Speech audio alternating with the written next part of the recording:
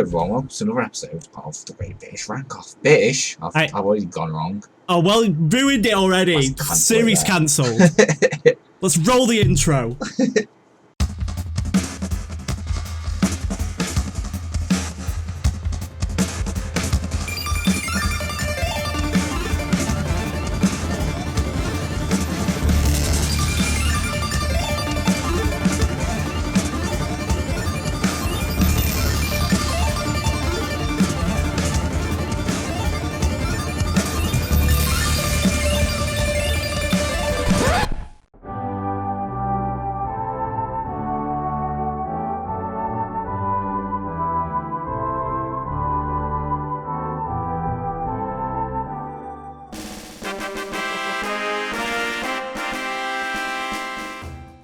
There it was.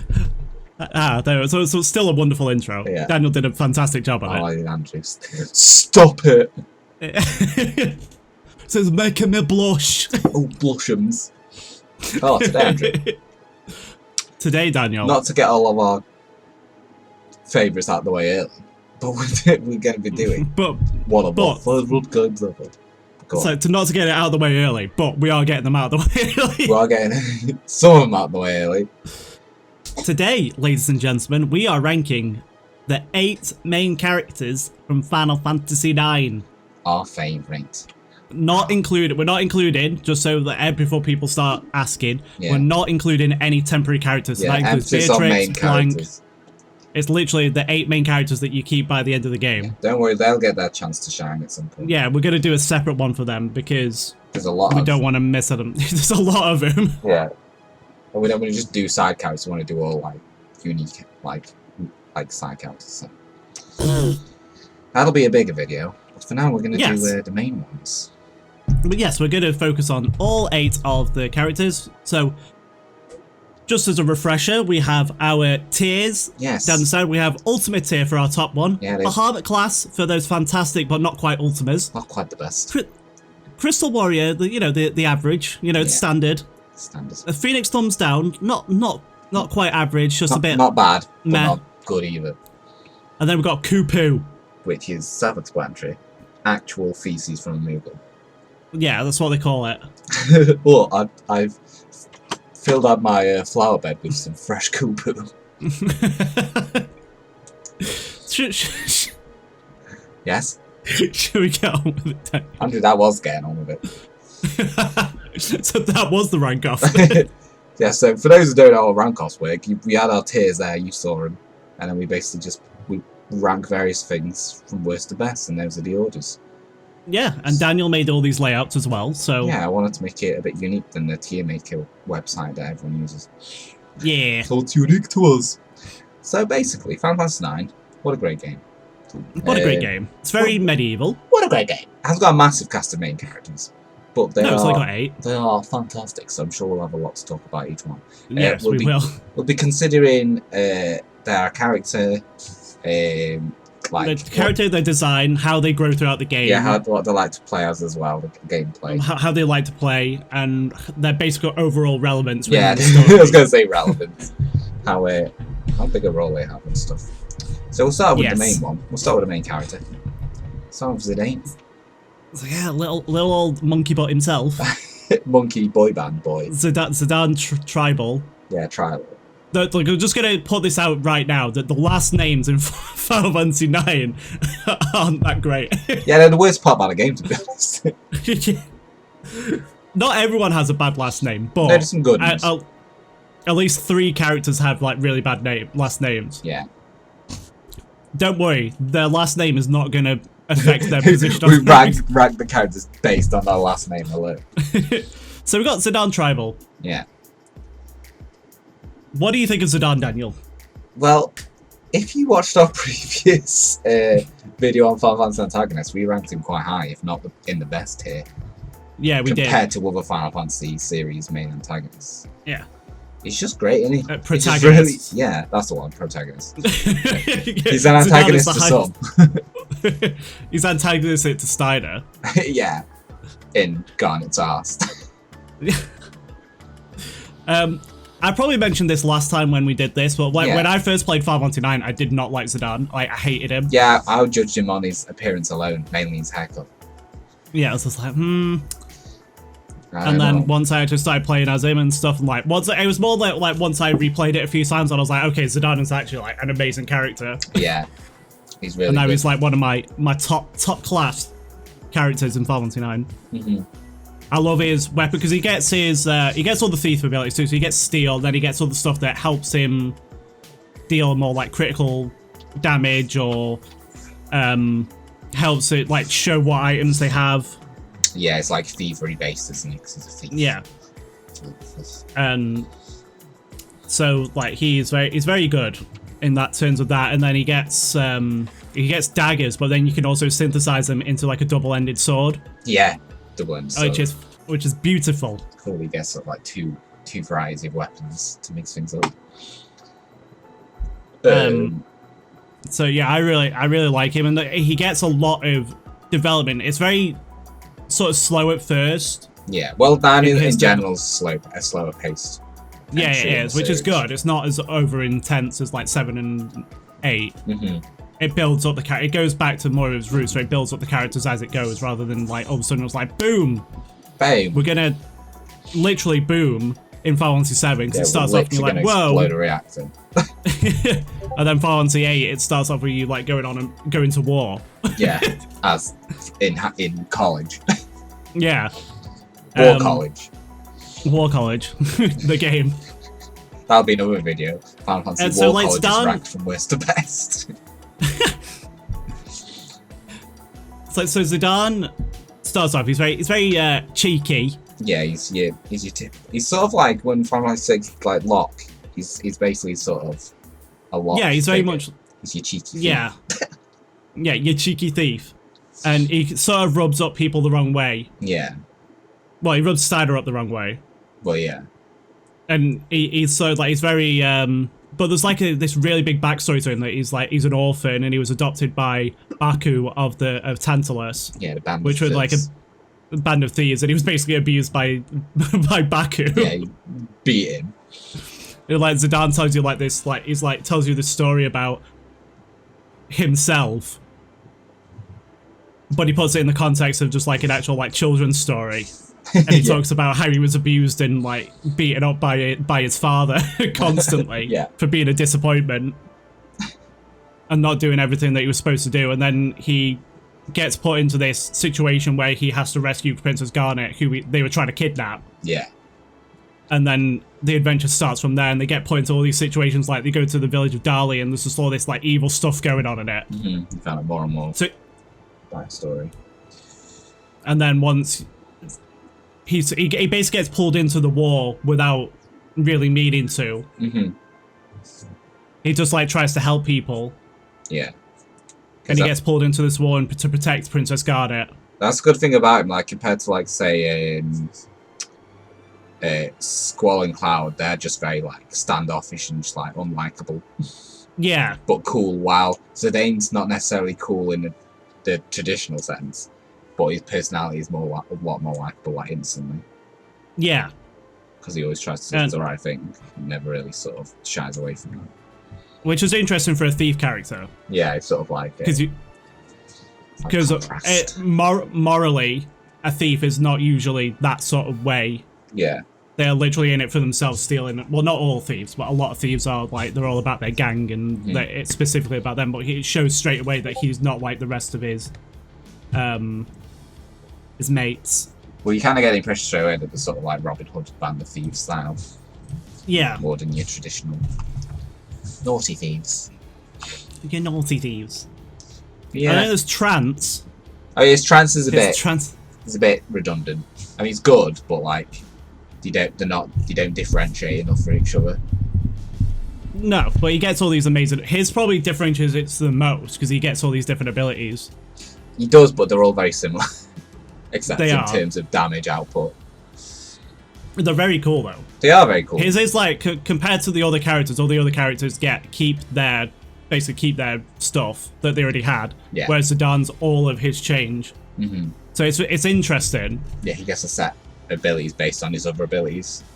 And then you're like, well, why's he got that? What's that about? And then it turns out he's not even from Gaia. He's from a completely different other planet. Yeah, it's very like supernatural, like energy bursts and stuff. And it's like, that's a bit random. Why's the thief got that?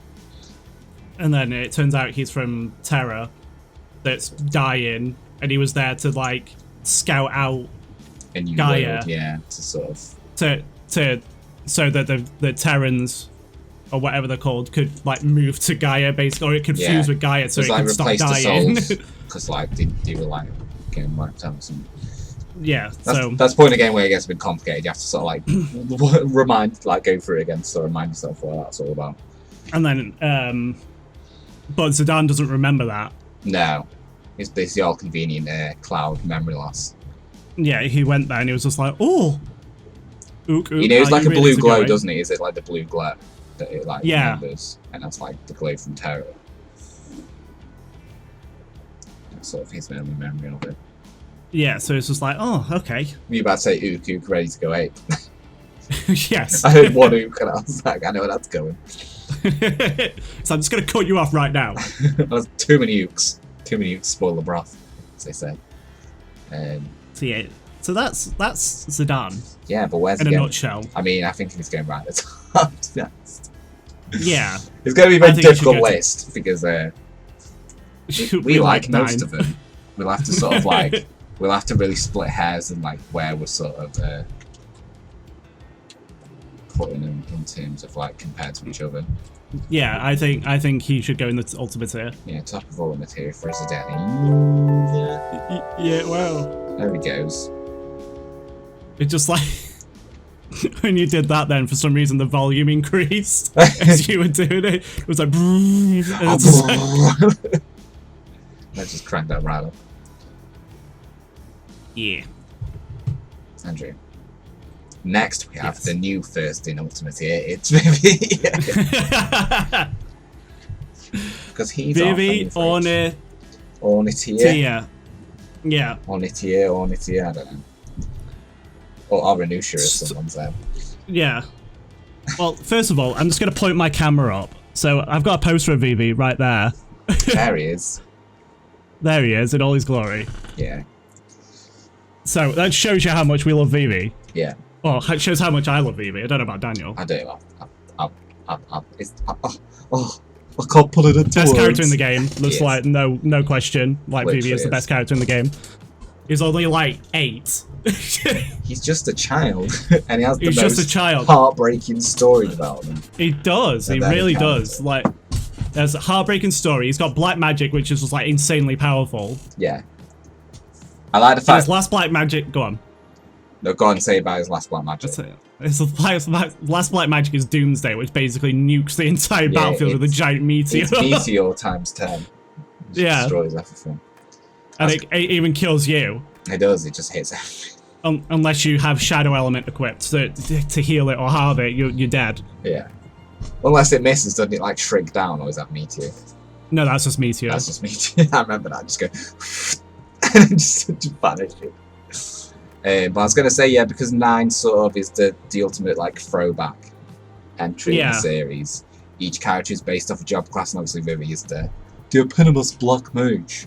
Yeah. Who's black magic, which is a big part of the story, actually, with the black mages. Yeah, it is. There's a lot of stuff to do with the black mages, and like Vivi was actually one of them. Was like a prototype, wasn't he supposed to be like a prototype of the black mages? Yeah, he was the prototype version. Because he was basically creating weapons of war, basically. Yeah, and then he fell off the ship that he was supposed to be done by, and then his grandpa found him. Yeah, grandpa. Not his real grandpa, but he called him grandpa. Yeah. Found him and raised him. No. Yeah, and his whole story arc is basically just him discovering out who he is, basically, and basically his existential crisis. Yeah, his existential crisis where it turns out that he's gonna die. Yeah, because he was created. It's just like really depressing. He's got a sell-by date. Use by date. Yeah, basically. But he's the one who lives the longest because he was a prototype. Yeah. And then in the ending, it's pretty much confirmed that he's dead. Mm-hmm. And it's like, no, don't do that to me. His last thoughts before he died, he's like telling what happened. He starts like doing sort of a monologue over the top at the end. Yeah. It's like, oh, Jesus Christ. Which is very confusing in the end because he seemed to have made more. Yes, he had numerous children. Not sure how he made those. Debugger. No. Which raises more questions than answers, but yeah. So he's just an amazing character. It's hard to he's so innocent. Yeah. Throughout the whole thing, he's just got this big innocence about him, but like inside him, he's just like this big ball of energy. If that makes sense, he's just like extremely powerful. Yeah, I wouldn't say energy because that makes it sound like he's hyperactive. He's very much not. But yeah, in terms of his like inner strength. Yeah, he's just like extremely powerful. Like he's the most powerful black mage. Yeah. He's probably the most powerful black mage they've had in the series. Yeah, probably. Like his abilities are like it just gets all the black magic, basically. Yeah. His trance is cool, where you can double magic. You get double magic. You get stuff like, you get flare, you get obviously the base elements of fire, ice, and thunder. You get non-elemental magic, you get water, but it's not that good. No, he didn't really go into water element until later on. Until 10. Yeah. But character development-wise, he just starts off and he's just like trying to get to a show. Yeah. I want to see the show. And then he just gets pulled into, basically like Zidane, he gets pulled into it, but Zidane was out to steal Princess Garnet. Vivi just ends up being involved and Vivi ends up just going with him. gets taken on for the ride for most of the game. Yeah. Until obviously he finds a black mage village and sort of starts to. And then they're like, okay, well, now that you know what your future holds, you need to go out there and see the world. Yeah. Experience it all. So that's basically Vivi. He just wants to experience the world. It is quite interesting that the backstory of him and his like grandpa or whatever is sort of like a side thing. You have to sort of go to fill that. Yeah. In yourself. You have to find out information about it. Which is very easily missable. I missed it the first few times. Yeah. Because you have to. There's a lot of things like that now. We have to sort of go back to areas. You have to travel back on yourself at points in the game where it's hard to travel, just to see extra stuff or find extra side mission stuff. Yeah, because when you first go there, you go there as Garnet, and even then that's optional. Yeah. And there's no context to that. Cause it's just like it doesn't trigger anything. No. I mean, there is a QT, whatever called, around the 80, what do they call them, the little events? ATEs. ATEs, that's it. Where he's like, oh, maybe I should visit home, it's nearby. And you're like, is it? Yeah. But you don't understand where it is if you haven't found it, so you don't really know. Yeah, but we like to explore. You do. But yeah. He's very much symbolic of the game, really. Because it's sort of about finding your place in the world, sort of thing. Amidst bigger schemes and things that happen. It's basically even like isn't like the main theme of the game, like somewhere I belong. Yeah, well that's return to the place I belong to. Like sort of like finding your home, basically. And obviously like you say with Zidane, everyone else. And Zidane does too. Garnet, which we'll get into in a bit. Yeah. So he's just a beautiful character. Yeah. And as Hironobu Sakaguchi said, I like Vivi. I like Vivi. When asked about his favourite character. So yeah, I think top of Ultimate Hero. Above Zidane. Above Zidane. It's amazing. Instantly. I mean, if Zidane wasn't the main character, he would have been in that top of that protagonist. Yeah. He'd been right up there. So, we're now up to character number 3. We are. Who is? Garnet. Oh, got it? Yeah. Okay, let's do got it. Well, she's next on my list. Oh, is she? Yeah.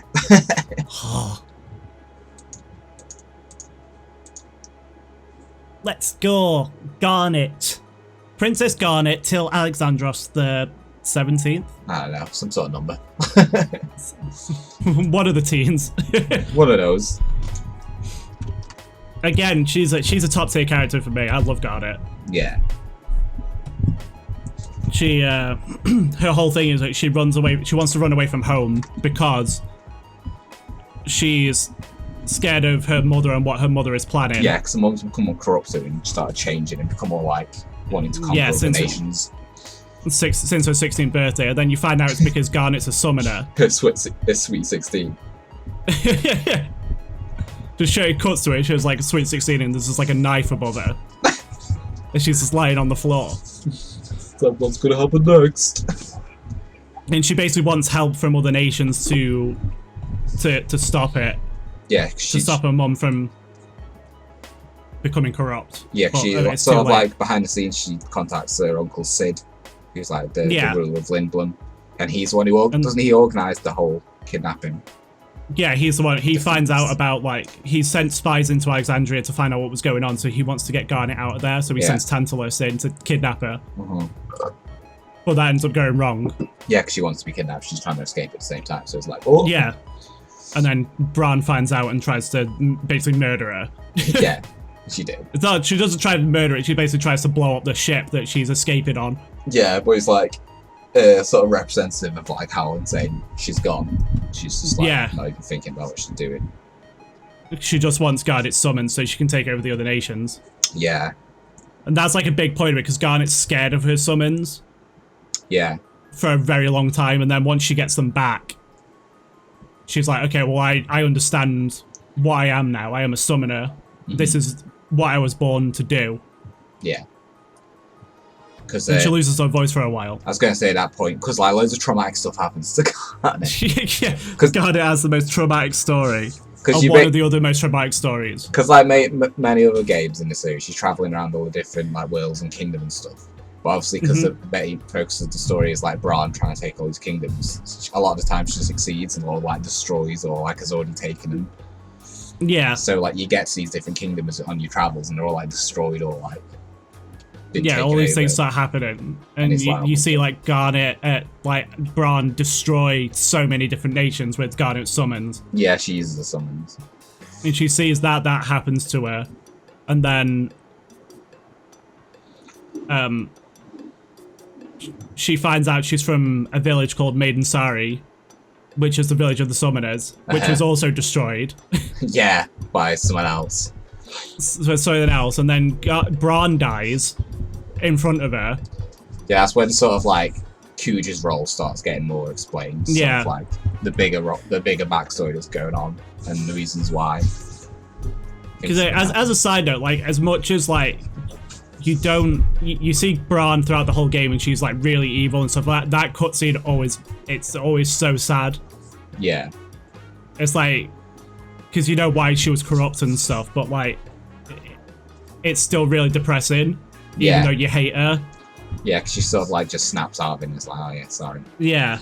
I don't know what I was doing. I was overcome with power. And yeah. Is that when she loses her voice? No, it's after that. It's after that. She becomes the queen and then Alexandria gets blown up. Oh yeah, that's the one.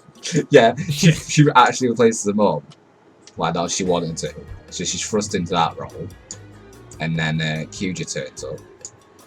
Yeah, Kuja turns up, blows up that. I want Alexander to appear so I can destroy it. It's a threat. Because the castle is an eidolon. Yeah, it appears above the castle, and that's like a big story point of like Alexandria was built where Alexander was summoned. And he was too powerful, so they had to split the gem up. Yeah. And Alexander can't move, I don't think. I think he's just like literally stuck there. Yeah. And then it just gets blown up and destroyed and killed, and then all these people die. So then she's like really stressed out, so she loses her voice. Stressed out, yeah, she is. And then she comes back. She cuts her hair with a knife really perfectly. Yeah, and the world's bluntest, biggest knife, and just like a really neat job of it with one slice. Also, in battle, we've mentioned she's a summoner, but she's also a white mage. Yes. She's a white mage summoner, but she's more summoner than white mage. That's true. There's another kind of slayer who's like the opposite. Yeah, she gets more summons than she does white. It's hard to explain. She gets a lot of white magic, but she doesn't get as many white magic spells as the other character, whereas the other character doesn't get as many summons. Yeah. Garda gets like 6 or something. She gets like the main ones. Yeah.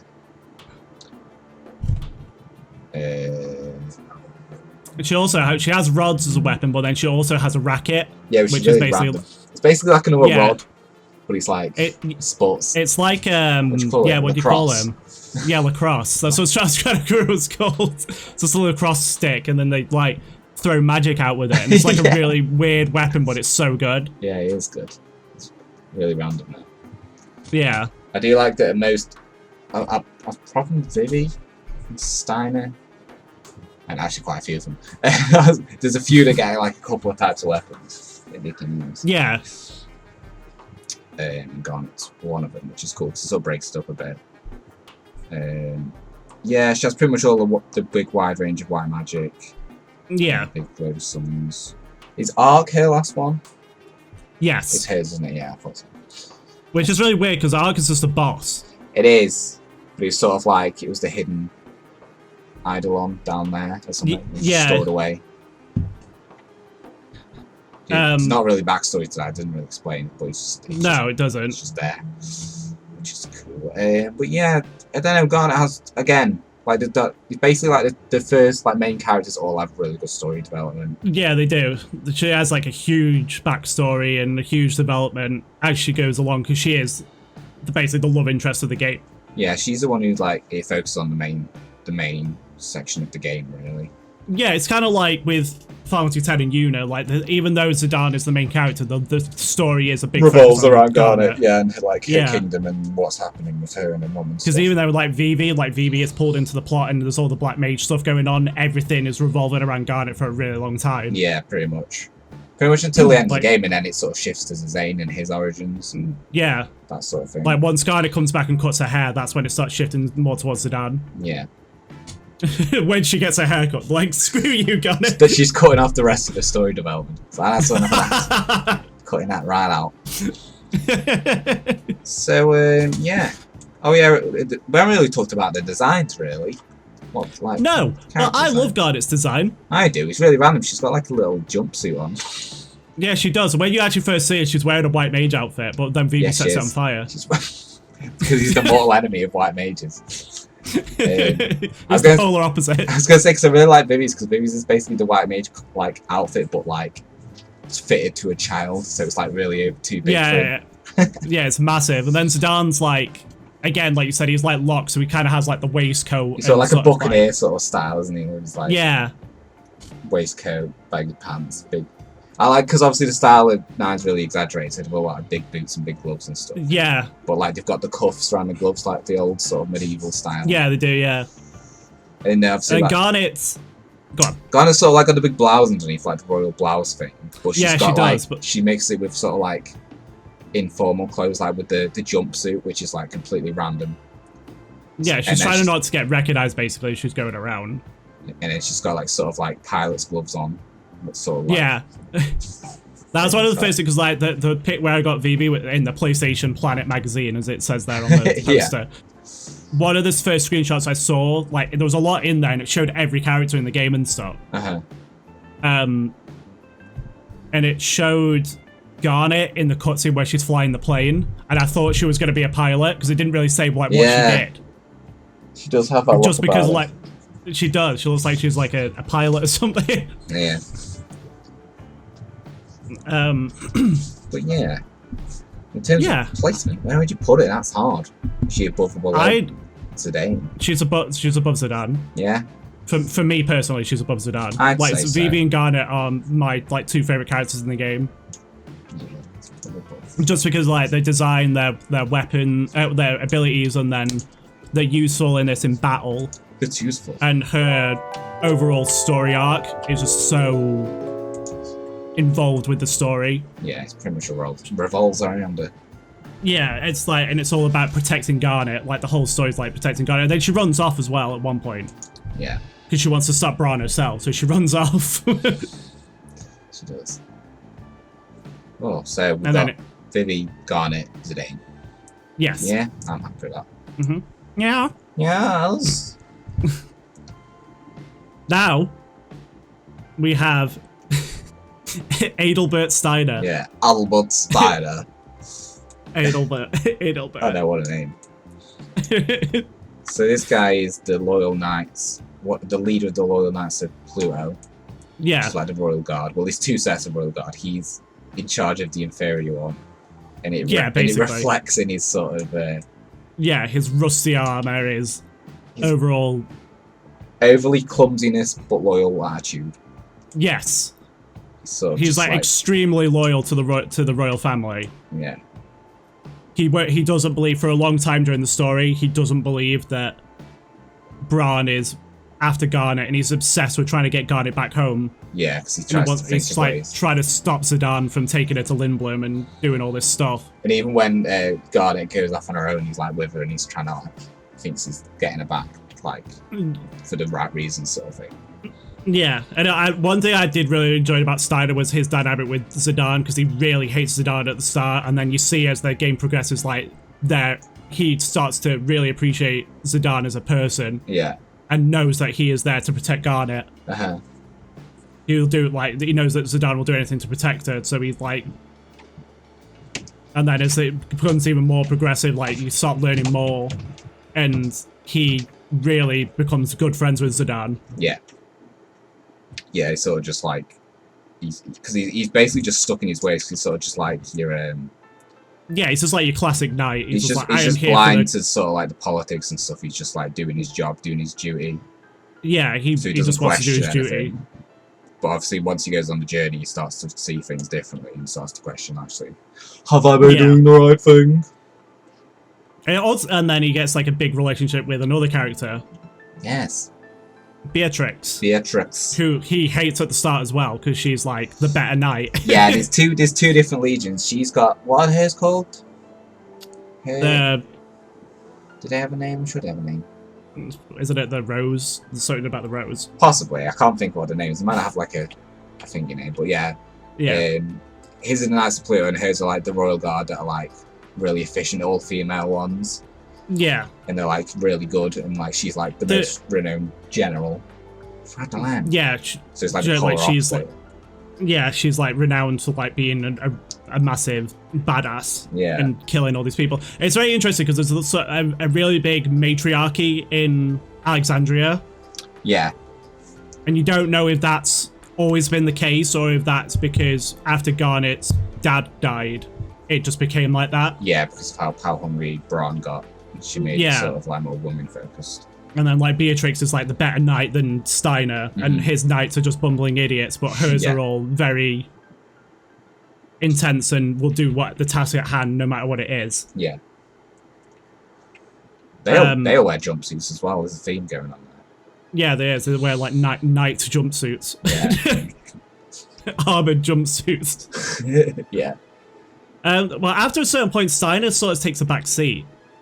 Yeah. Like, kind of once you get him back, because there's like a big section where you have Steiner for a really long time, and then he runs off with Garnet, and then he comes back to you, and then he's like, oh, well, you look after Princess Garnet, and you don't get him back until disc 3. Yeah, it's quite a bit of a big jump, isn't it? And he has like a big character character development where he and Beatrix will like start falling in love with each other in disc 3. Yeah, there's that love letter scene, which is amazing. Yeah. Where everyone thinks it's for them. Yeah. And then he becomes... he's like in that scene where Alexandria gets destroyed and you don't know if he's dead or alive. Him and Beatrix are basically defending him when he attacks. And then then after that, he doesn't really have a role. No, he's just there. Sort of like his sort of main story point over. Yeah, whereas Zidane, Garnet, and Vivi sort of continues from that point. Yeah. But, like, it's interesting because he does have a really good relationship with Vivi as well.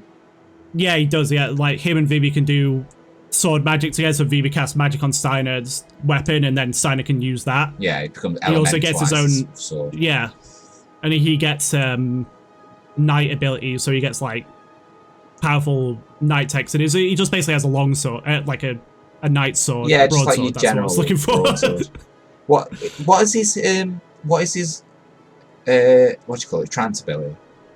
He doesn't have one. He just gets like, really powerful. Does he just get like more attack and more defense? Yeah, because he's like his armor closes above his face and stuff, doesn't it? Yeah, it does. Yeah. What was I going to say? I was going to say because like out of all the characters he meets, Vivi's the one he respects straight away because he recognizes that black mages are like powerful and deserve respect, and he tells Zidane that like straight away. Like, and he calls him Master Vivi. Yeah, he does. And there's a one thing I really wanted them to do in Final Fantasy 9, and they kind of do it, but you don't get to play it, is the shrines. Yeah, the shrines. You only get to play. You only get to do one. You do, yeah. I think you have found code in the game that the other shrines were in it, but you've just run out of space and time, so it's just like, yeah, I couldn't do them properly. And you see like a cutscene between him and Vivi. Yeah. As they go to one of the shrines together, and like you see, like he stops calling him Master Vivi from that point. He just calls him Vivi. Yeah. So it just shows a level of friendship rather than him just respecting him. Mm-hmm. Yeah. Basically, the main team that you'll see, like when you see a lot of Let's Plays or people playing the game and stuff, they will usually use Zidane, Vivi, Steiner. Yeah, these first four, yeah. Because they're the ones the first half of the game sort of revolves around. Yeah, it's like it's not for a while until you get your fifth character. There is argument that like the next characters feel like very like add-on bonusy sort of characters because they're all sort of have a side story compared to these four, which are like the central story. Yeah. Oh yeah, I was just gonna say, what do you think of Steiner's design? I really like it. It's cool. I do like his design. Because he's sort of like oversized again, and it's like informal night gear because he's sort of got like shorts on. Yeah, and you think like with a knight, you think, oh, it's like a grandiose person who's wearing armor. Yeah. Like they've got this really special armor on, so you're sort of like, you know, like Cecil. Yeah. But yeah, he's just like this rusty old knight. He's like, I don't even know how old he's supposed to be. No, because he's got that grumpy face like constantly. Yeah. And the chainmail on underneath. I like the fact his helmet's more like a hat as well. Yeah. He's got like a helmet hat. Yeah, I wouldn't know where to put him though. I think I think top Bahamut class. Yeah. Just because towards the end of the game he does take a big backseat in the story. Yeah, he doesn't really lose. But overall, he's a fantastic character and he gets so many good abilities. Well, I feel like if we just did it based on the game and our thoughts about it, everyone would be in the tops. Minus maybe a couple. So we'll put my top Bahamut class because for the reasons you stated. Because story-wise, he sort of loses a bit of towards the end of the game. Yeah. Who have you got next, Andrew? Who's on your next one?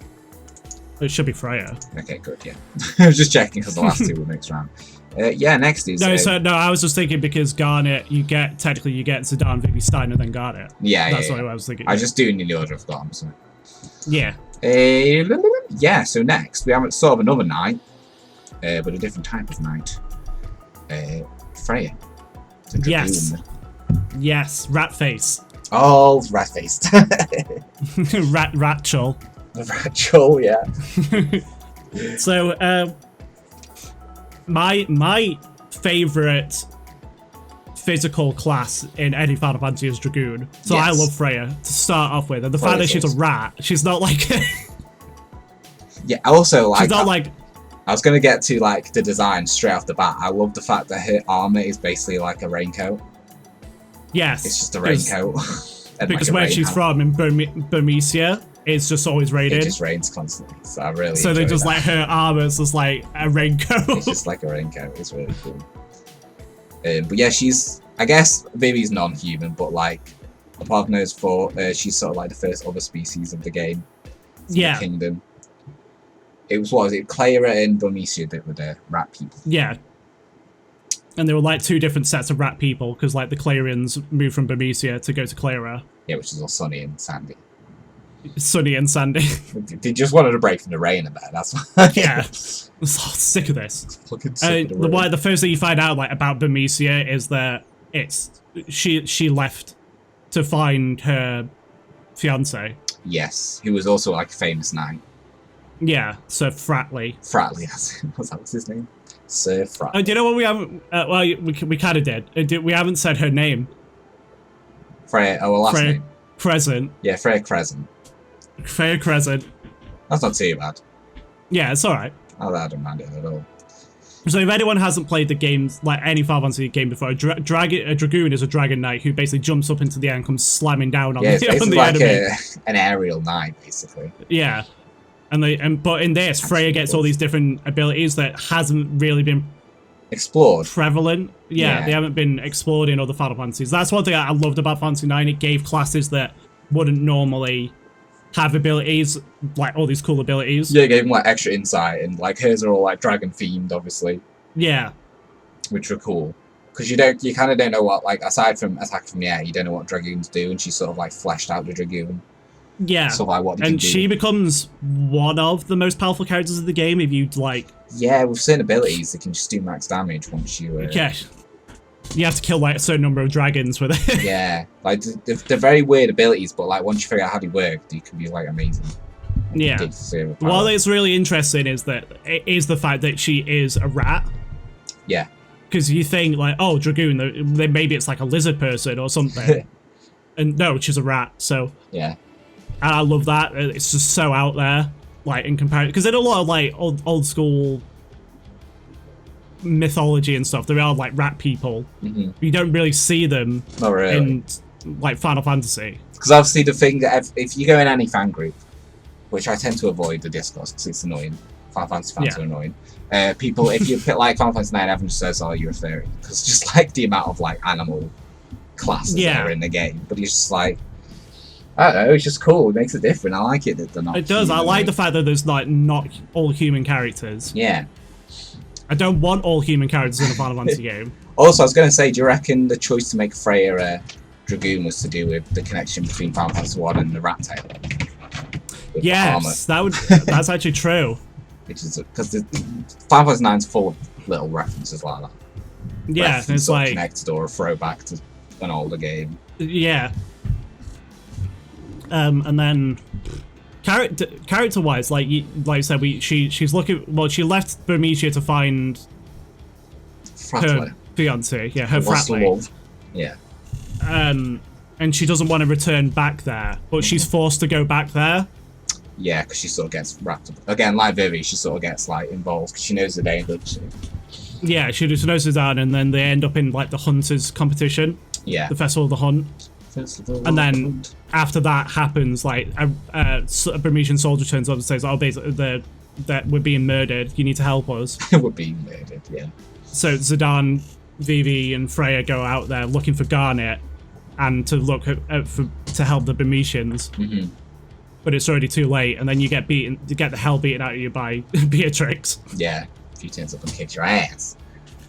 And then at the start of this 2, you go to Clara, which then gets destroyed. Yes. So she's lost both her homes basically, and she thinks that she's pretty much the last of her kind. Yeah. You do find a few in like Lindblom and stuff, like refugees. Yeah. And then she gets. After that, she doesn't get too much development. No, she has a bit of a connection with Amarant later on. Yeah, Amarant and Beatrix. Even though Beatrix did all this stuff, she knows that Beatrix did it out of duty. Isn't it Freya her wanting to do? Beatrix team up at that point? Yeah. Yeah, that was it. They team up and then Steiner runs back and helps them, and then you don't see Freya till much later on again. Yeah. And then by that point, she has like the relationship with Amarant, but not too much. No, he's sort of just like a little connection they share, because they're both sort of like, I guess, outsiders. Yeah.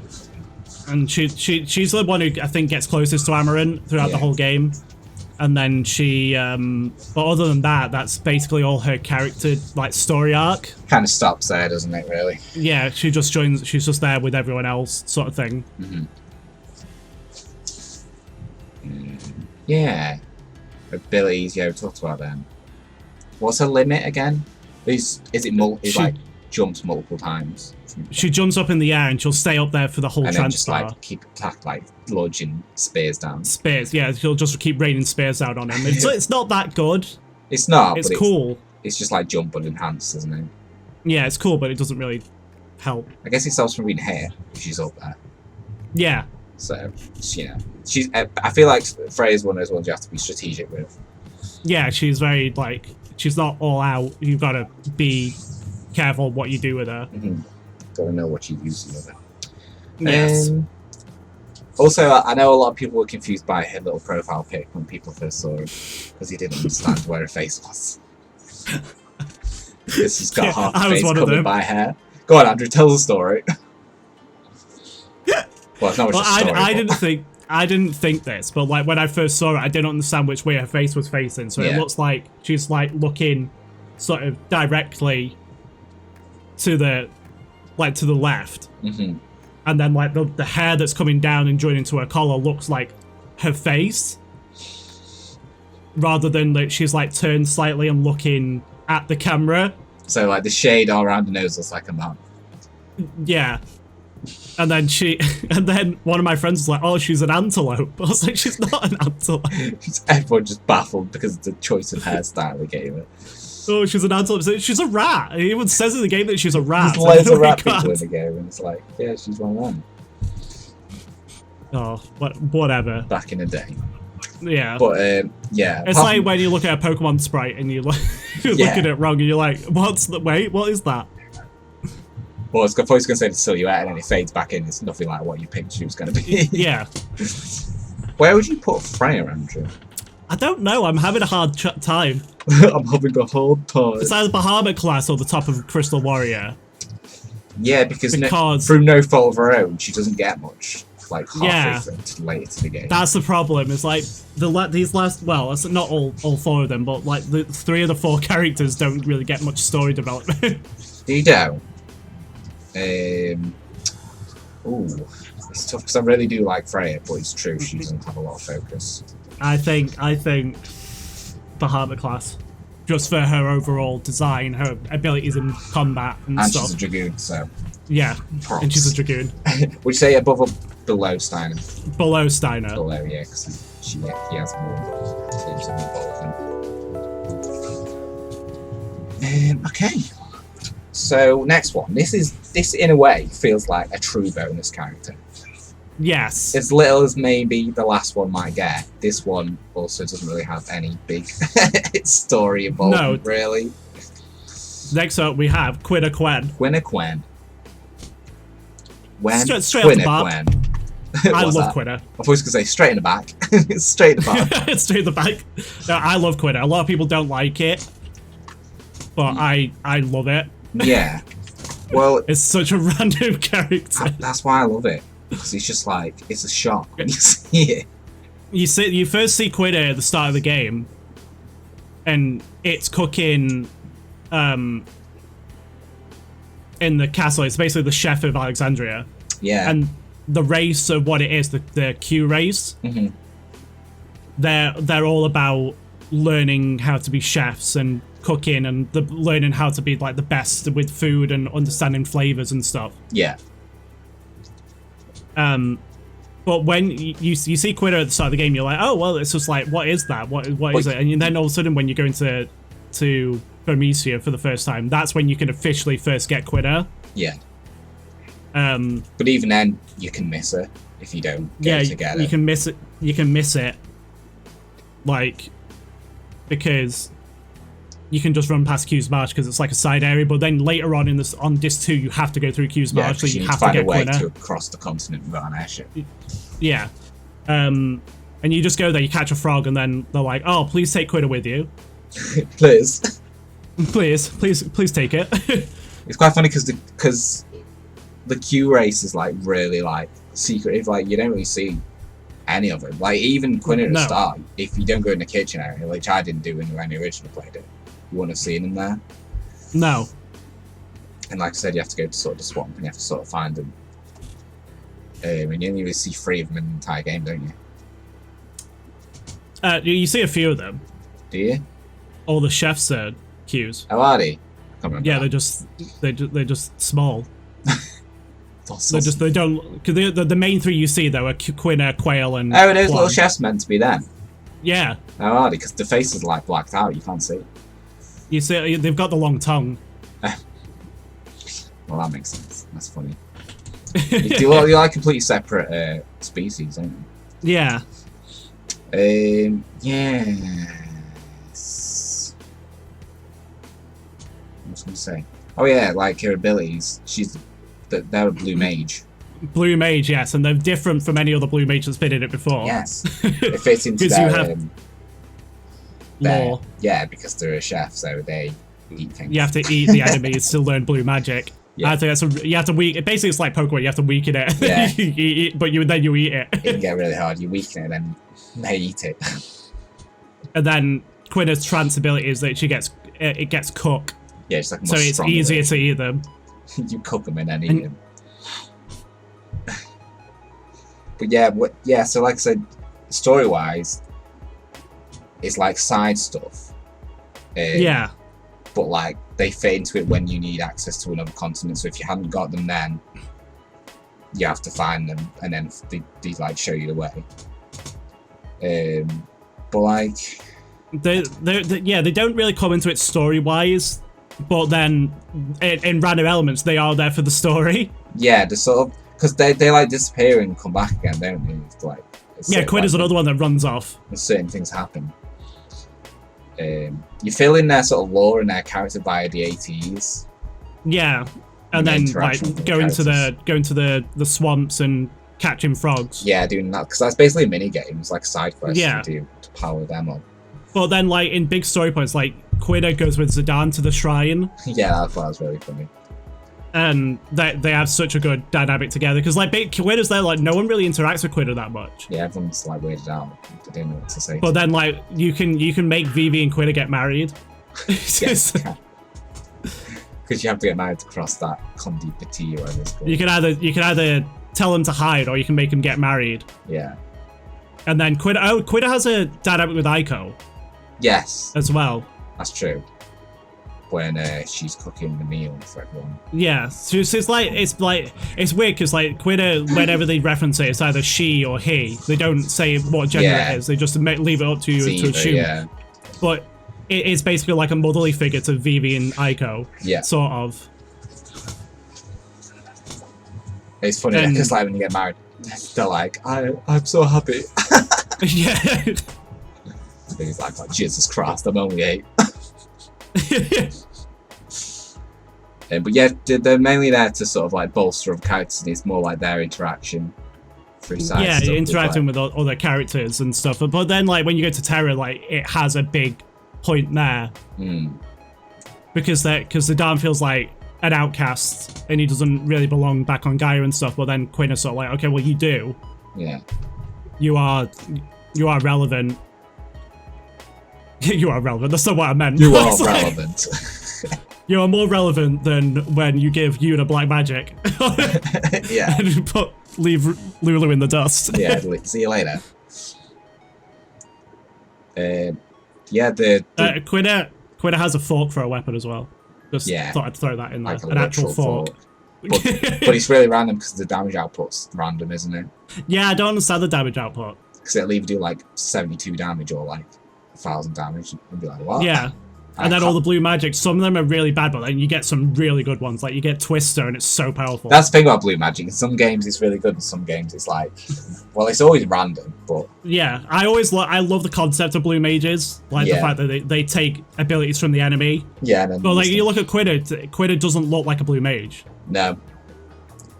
But that's because the 9 version of blue mage is the chefs, and they're like gourmets.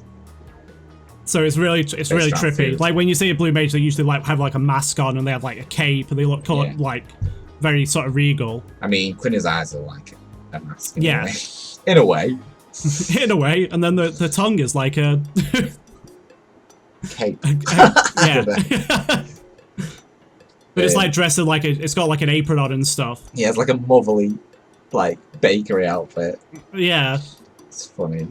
It's just so random. But it's just a shame that it doesn't get that big development. Like, it doesn't appear in any cutscenes. No. Like, CG cutscenes. But in the opening, when you leave the game pod, and it has one there, and you're like, well, where's that? Probably got cut. Yeah, probably. It has its own little... Every character has a little splash card at the start. With the I think that the bit that it was cut from... Was it Lindblom? Yeah, the Atomos scene. Yeah, I thought so. Yeah. I think it was there, but Quina wasn't with them at the time. So just imagine that traumatic scene with Atomos eating. I know, yeah. Turn around and Quina with a fork out, making her hungry looking at it. Yeah. So because they're so random, where would you put Quina? I want to put Quina in Bahamut class. Do you? I love Quina. Yes, I do. I love Quina. Bold of you. I'd put it at the bottom. Bottom of Bahamut. Even though they're completely, well, not completely optional, but they're very much optional. A bonus. Yeah, they're a bit of a bonus. They do appear in the story and stuff, and like people will be like, "Oh, why did you put Quina there? Why is Quina not like in Crystal Warrior?" And it's because I just love Quina. Yeah, I'm just biased. I mean, I really do. It's very biased, and the fact that it's not a human character, the way that you use it is very interesting. Yeah, it's completely unique, really. The humor of Quina is ridiculous. Yes. So I like how they're just really abrupt. Yeah, and it basically goes around trying to like eat Moogles. Yeah. Yeah. And all these random things, and then like it like this person, it's Gilgamesh, isn't it? Like goes to try and steal Eiko because Eiko's hanging around with Amarant. Yeah. And then Quina chases them off because he thinks he's got food, and they're like, "Oh my god, he's got a bodyguard!" It's good barreling at him. It's like, Jesus Christ. Yeah, so bottom of Bahamut. Bottom Harmut. Bottom harm. Nice. That's what I do. Right, so last two characters. Yes. These are late game characters, and you get them quite close together. You get them close together. They're all, they're like disc 2, like near the end of like probably like halfway through disc 2. Yeah. At least with Eiko, it's halfway. So that's next is Eiko. Yeah, well, Eiko, is it Carol? Or yes. Coral? I think it's Eiko Carol. Okay, yeah, that sounds about right. Yes, and she is another child. Yeah, she's only 6. She's another child. She's a little shit. She's one of the last remaining summons from the Summoner's Village. Yeah, so she's the opposite of Garnet. So she's more white magic focused than she is summoner focused. So she only gets 4 summons. But again, she doesn't have a lot of white magic, but she has a lot of powerful ones. Like the more developed white magic. Yeah, she gets like full life, she gets holy, she gets dispel. And she gets sort of like those sorts of ones, like the sort of more powerful white magic. Yeah, so once she sort of developed playing. Like if Garnet was the only one throughout the game, they're the ones she'd learn like near the end of the game, basically. Yeah. And interestingly, like with, I don't think you can do it with Garnet that much, but with Eiko, her summons all have, or no, they don't all have alternate forms, but like most of them do. Yeah, I think most. Depending on what you equip to her. Yeah, so she sort of like doubles her sort of range. If that makes sense. Yeah. So you can equip like something to her for Fenrir, and then Titan's more involved in it, or it's more wind-based. Yeah, because I remember doing it, and then the Titan one where it punches out the ground. I was like, what? I don't understand. And Titan just looks like a giant owl. Yeah. Does it say Titan when it comes? No, it says Fenrir. Fenrir, yeah. Because I remember seeing it and be like, why is it do that? I don't understand. But in the lore, it is Titan. Yeah, the big earthy fist. Yeah. So Eiko, like we said, is only 6. She's the last surviving, apart from Garnet, she's the last surviving member of Maiden Sari. She lived with her grandparents and they both died. Yeah, selfishly. Yeah, so leave it at 6-year-old. So she lives with Moogles. Yeah, there's loads of Moogles there and they all look after her. And she has, she falls in love with Zidane and she's jealous of Garnet. Yeah. And she kind of bullies Vivi as well, so that you feel like there's some kind of jealousy going on there as well. Because Zidane's like friends with them. Yeah, it's because she's like been on her own for like so many years. Yeah. Moogles as friends, so she's got like sort of a very forward-thinking attitude, sort of like strong-headed. She's a little shit, basically. Yeah, basically. She has a flute as a weapon. Yeah, which is kind of cool. But she could equip the racket as well. The racket, which is funny because she calls it a racket. Yeah. And then she has a good relationship with Quina. Yes. Like they have an interesting relationship. And she has like a personal Moogle, just Mog. Yeah, good old Mog. That turns out to be like a summon that's been looking after her all this time. Yeah, that bit's really sad, actually. Yeah. But overall, I don't really like Eiko. I just got personal vendetta against Eiko. It's not personal vendetta. It's just like she's pointless. Personally went out of your way to kill her grandparents. It was you. But design-wise, she's a little fairy. Yes. Go on, Andrew. Like you, she's a little fairy. She's just I understand why they've done it, because it would be really hard to go through the whole game as just having Garnet as your main healer. So they needed another white mage and stuff, but they could have done another class. But it does fit into the story of like everything that happens. I just wish that she was just different in terms of her abilities and stuff. Yeah. It just gives you the alternate option, but they didn't have to make, like, for instance, they could have made her a white mage, but they didn't have to make her a summoner. That's true. But then it wouldn't fit with the game. But she's a summoner in some village. She's got a summoner's horn as well. Yeah, God, it doesn't, because Braun sawed it off or something. Chop that right off. Like Dr. Tot, or whatever he's called. Oh my God, Dr. Tot. Can't wait to rank him in the same characters. But she does have a big relevance in the story. Not for like a really long amount of time, but she does have like a big relevance in the story once you get her. Yeah, she does. Because you start learning about Garnet and like where Garnet came from. So she's there to sort of amp up Garnet's story. Yeah, her origins. And also the role that Eidolons have in the grand scheme of things. Yeah, because like the naughty man came to destroy Maiden Sari because he was scared of the summons, basically. Yeah, because the Eidolons were basically the last, like the biggest line of defense for Garent against terror, basically. Yeah, and that's how the game starts. You see like Garnet escaping with her mom, her real mom, and it shows that Maiden Sari being destroyed, and you're like, what? What's going on? And then you're just like, but enough of that. We'll get to that later. Just like, princess.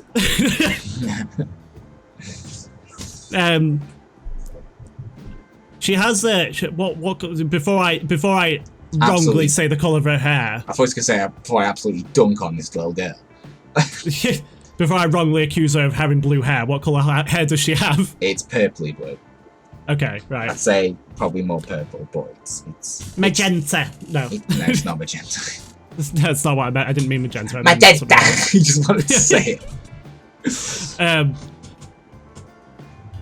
But she gets kidnapped as well, and they're going to try and steal her summons, but she's not old enough. You have to be at least 16 before it'll work. You have to be of legal age. You have to be of legal age to be abused. To have the Eidolons extracted out of you. But I think even Zidane's like 16 as well, so like... Is he? Yeah. Sure he's not 17? No, he's 16. Him and Garnet are the same age. And Garnet's 16. It's hard to gauge in this game. I thought you were gonna like be shocked and like I thought he was like 20 something. He's like I thought he was 17. I know, yeah. I thought he was a year older on that day.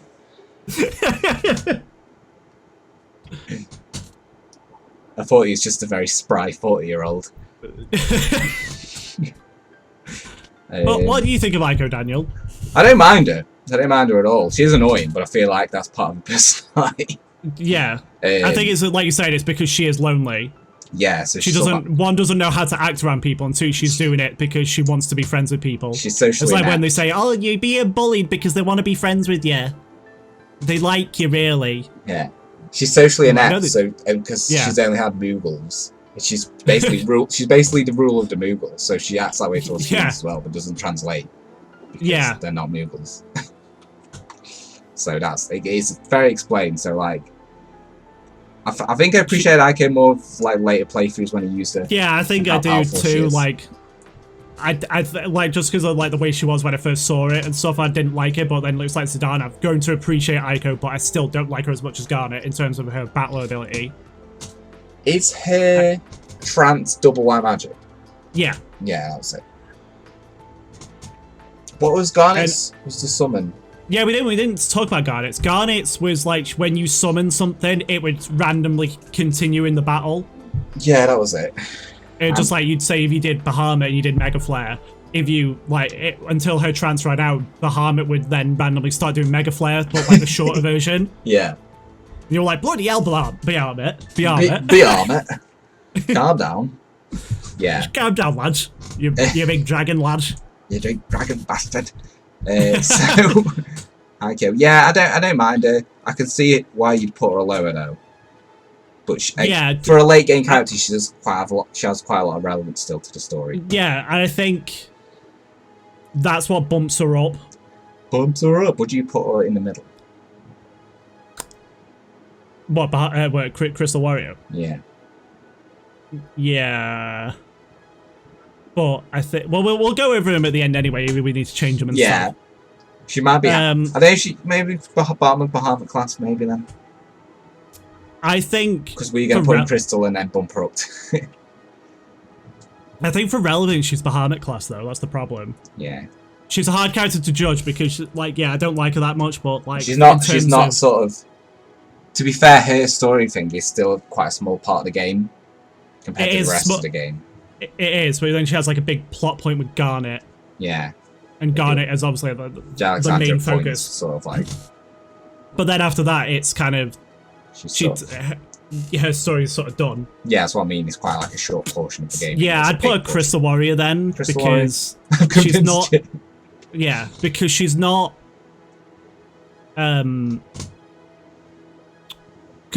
She's too late in the game. I think that's the problem. She's too late, and then her sort of importance doesn't continue for the rest of the game after a point. Yeah, Daniel, I'm gonna go open my curtain because my camera's getting really dark. Right. Go on. To continue talking. Yeah, so I agree. I think we should put her in Crystal Warrior, with a tiny little face, which we didn't mention. I'm going to agree with everything Daniel just said. I just brought up the fact that she has a tiny little face. We didn't mention that. Oh yeah, she does have toes. When I first saw it, because like I said again, PlayStation Magazine or PlayStation Planet, sorry. Yeah, promoting correctly. We're not promoting. When I saw the characters, like it had Zidane, Vivi, and Garent, like really big, like pictures of them. Yeah. But the rest of them were really small, apart from Eiko's, and I thought Eiko was just like some random thing that they just put on the page. I didn't realize she was a character. Just like a little wood sprite or something. Yeah, I was like something just like for the magazine, if that makes sense. Because it was like the only time I ever read the magazine was that. Yeah. And I was like, oh, is that just like a mascot for PlayStation Planet? I was like, I don't know what that is, and then like got the game and I was like, there she is. Yeah. Also, in terms of design, I was going to say she's got little ornamental wings on. Yeah, she's like trying to be a Moogle. Yes. Don't they grow for a trance? Yeah, they do. Yeah, they get really big. That's okay. Sorry, go on. And Moogles are basically like fairies. Yeah, just sort of for the game. So bear fairies, berries. Yeah, beaver fairies. Beaver or one of those, it's like beaver bats or something in it. They're supposed to be. Whatever, engine. It's all bloody stupid. But yeah, they started out. Yes. But yeah, Crystal Warrior. Yeah. Yes. Yeah. Yeah. And then we got final character. Yes, we have Amarant Coral. that's what we were talking about before we started about the last names. Yeah, because it's like Eiko Carol and Amarant Coral. It's like, come on. To the owner. It's like, why? Why are you doing this? Like, it's not bad enough to get these characters close together. Go on. Amarant, you first see, like, sort of, I think, where is it? It's before you get to the outer continent. Yeah, it's before you leave Lindblom, I think. You see, like, an ATE with them. Yeah. And it's Lani and Amarant are, like, teaming up in order to find Garent and kill her, basically. But Amarant's not really in it for Garent. He's there to find Zidane. Yeah. And you're like, why? Why is this? Why is this? But then he turns up and he's like, oh, well, Lani basically kidnaps Eiko after all these events happen. And he turns up and he's like, oh, well, you tried to kidnap a kid. I can't have that. Yeah. So I want it to be a level playing field. And then he fights Zidane. Oh, yeah, I remember that fight. And yeah, because I died there quite a few times. I did. I just played. I was like, what am I doing wrong? Why am I so shit? Well, the first time I did it, I didn't synthesize the exploder. Yeah. And you get given it just before that fight, and I equipped it. And I was like, oh, I've got a new ability. What does this do? And it just kills Zidane. Oh yeah, the sacrifice one. Sacrifice, yeah, it just kills him. So it heals, I think it kills him to heal everyone else in the party, but there's no one else in the party. So it's like, oh, well done. So, whoops. Oh. It's like, take this, man. But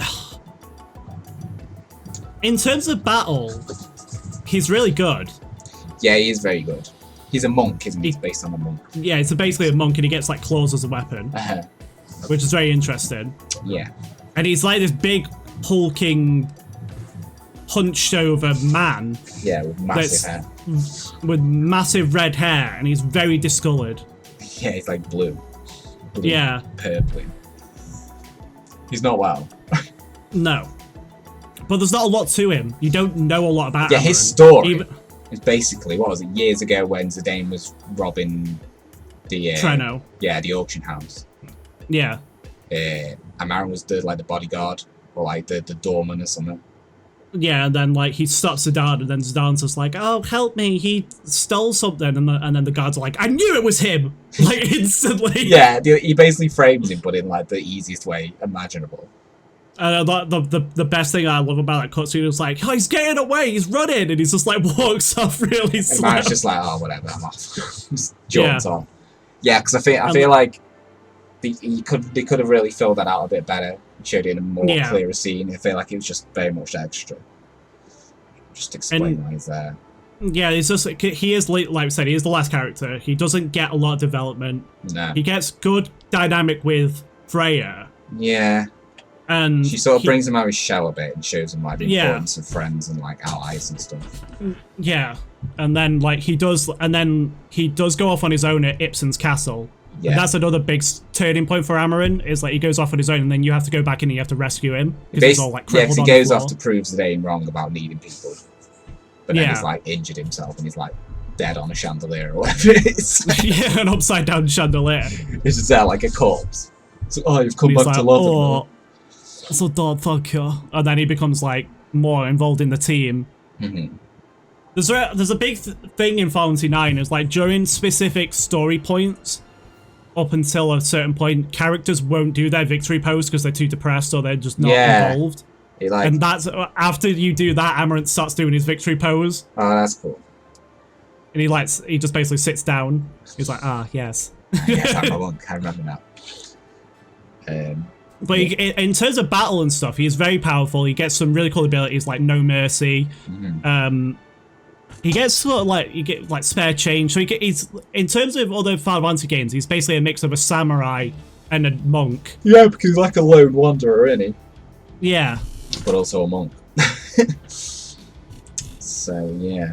But yeah, he's very powerful. He's a very powerful character. So sort of like a good character to get later on in the game. Yeah. Use. What's his trance again? Flare. Flare. I think it just basically, I think it makes all his abilities hit everyone. I think that's what it is. Yeah, that's it, isn't it? Because No Mercy's really good. Yeah. Because it's Wipeout was. Oh, his trance is really weird though. What? I can't remember it, that one. It goes all like purple. Yeah. And he looks like a Golduck.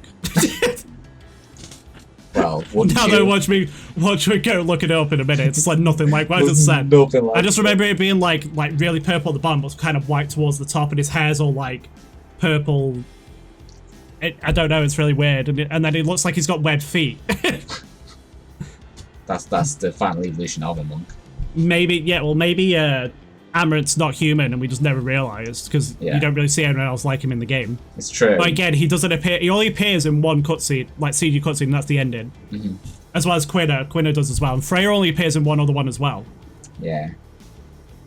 It's quite interesting. You say he could be non-human, but if you look at a lot of the character designs for all NPCs, there's like loads of really unique ones that you don't see of anything else. Yeah. So, you know what the class they should have had as a character? Go on. Red Mage. Yeah, because there's red mages in it, isn't there? Yeah, you could have had Amarant as a red mage. Just a little hat perched on top of his hair. Well, maybe his hair is that. Maybe. That's what Matt Flynn said. The same person who said Freya was an antelope. He said, oh, his weapon is his hair. And I was like, no, it's not. And why is he swinging his big claws? And your quick claws? Yeah. I have many questions. But yes. Amarant comes in town. There's a section in the game where you go off and you have to. It's basically where you get arc. It's called Ulver. That's I don't know how to pronounce it. I don't know how you actually pronounce it, but we're just gonna go with Ulver. Yeah, it's like Ulver. Because it's like O-E-I-L-E vert. They basically give you all vowels and then vert on the end. So there you go. Pronounce this. And you go there and you can't use magic. Yes. So it's basically recommended that you take Zidane, Steiner, and Amarant at least. Mm-hmm. and then you take like one other character. You don't have to. You can make it really challenging and take all mages. But I think I took a few first time. I'm excited. No idea. Yeah, I was just like, oh well, I well, I'm screwed. Didn't read it. This is hard. Why is this hard? I was like, whoa, why can't I use magic? Oh yeah. Instead of attacking with Vivi, like, oh, I'm gonna die. I know, but then like whenever I did it, like whenever I did that save, like I beat Arc with just Vivi because everyone else kept dying. So Vivi, your last chance. Give him a whack. But in terms of battle prowess, in terms of battle prowess, he's amazing. In terms of design, what do you think? I don't mind his design. It's very unique. Yeah, definitely unique. Yeah, you definitely get the vibe that he's like a martial artist. Yeah. He's just, I don't know. He's an odd one. He's Amarant because he's not that he's bad. He's just sort of like really unimportant. Yeah, basically, he's just like he hasn't got. If he didn't have a unique design, I'd probably put him in like the worst. I think he's a Crystal Warrior. Unique design and good in combat. Yeah, Crystal Warrior. Bottom Crystal Warrior. I feel like how good he is to use saves him from Phoenix Swarms down, to be honest. Yeah. Just because, like I said, he just doesn't appear in the story that much. He gets some interesting dynamics with Freya. And Eiko. He gets a couple of things with Eiko, but this is mostly on disc 3 because you get Amarant right at the end of disc 2. Yeah. Yeah. And then once he joins and stuff, like, you don't really learn much about him. No, you don't really go too much into his origins or anything. And then once you find out, like, the stuff with, Freya's like, well, why do you care about Zidane? What's your problem with him? That's basically his story development until Ipsen's Castle, which is quite far away. It turns from sort of, like, hating and wanting to get back into Zane to sort of, like, a rivalry more of a thing. Yeah. And they just appreciate each other. Yeah. Well, I don't know if Zidane appreciates him. Zidane loves him. He loves something. He's just like, oh, give me your hair. Just took closer, it's like stroking his hair. When you actually see Amarant's face, though, it's just like, looks really weird. Yeah. It's just, he's so tiny compared to the rest of his hair. Yeah. He's like, there's a face in there somewhere. But yeah, bottom Crystal Warrior. Yes, I think so. There we go. There's our list. We're going to go through. So, we've got Vivi, Garnet, Zidane, Ultimate Tier. Yes. Are you happy with them? Yes. Yes. And then Parliament class, we've got Steiner, Freya, and Quina. Yeah? Yeah. Like, I'm like still...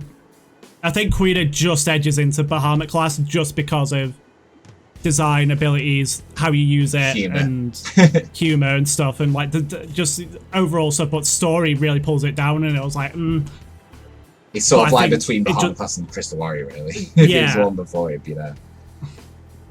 Bahamut Warrior. Yeah.